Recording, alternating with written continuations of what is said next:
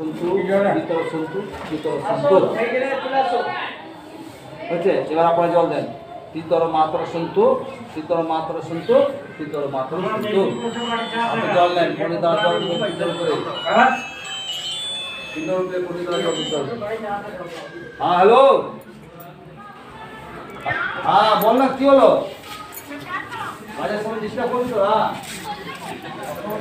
এই সেই বটবৃক্ষ, অক্ষয় বটবৃক্ষ, যেটাতে মা সীতার আশীর্বাদ দিয়েছিল।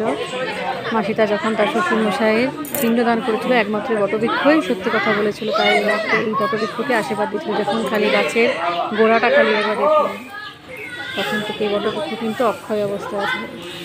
এই পবিত্র ধামে যে আমরা আসতে পেরেছি, এটাই আমাদের কাছে অনেক পুণ্যের।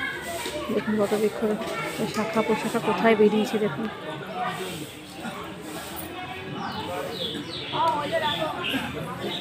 কত সুন্দর জায়গা, সত্যি ছাওয়ায় ছাওয়া, এতটুকু এখানে রোদ নেই, ওদিকে রোদ, গাছের ছাওয়ায় শুধু ছাওয়া আর ছাওয়া। দেখুন কত সুন্দর ছাওয়া, এই যে গোড়াটা গাছে।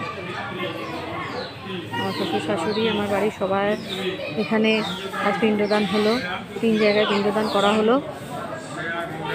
এবারে আমরা আস্তে আস্তে বাড়ির দিকে রওনা হব। প্রথমে যাবো হারোর সময়, তারপরে ওখান থেকে আমাদের 3:30 ট্রেন আছে বন্দে ভারতে করে, বাড়ির উদ্দেশ্যে রওনা হব।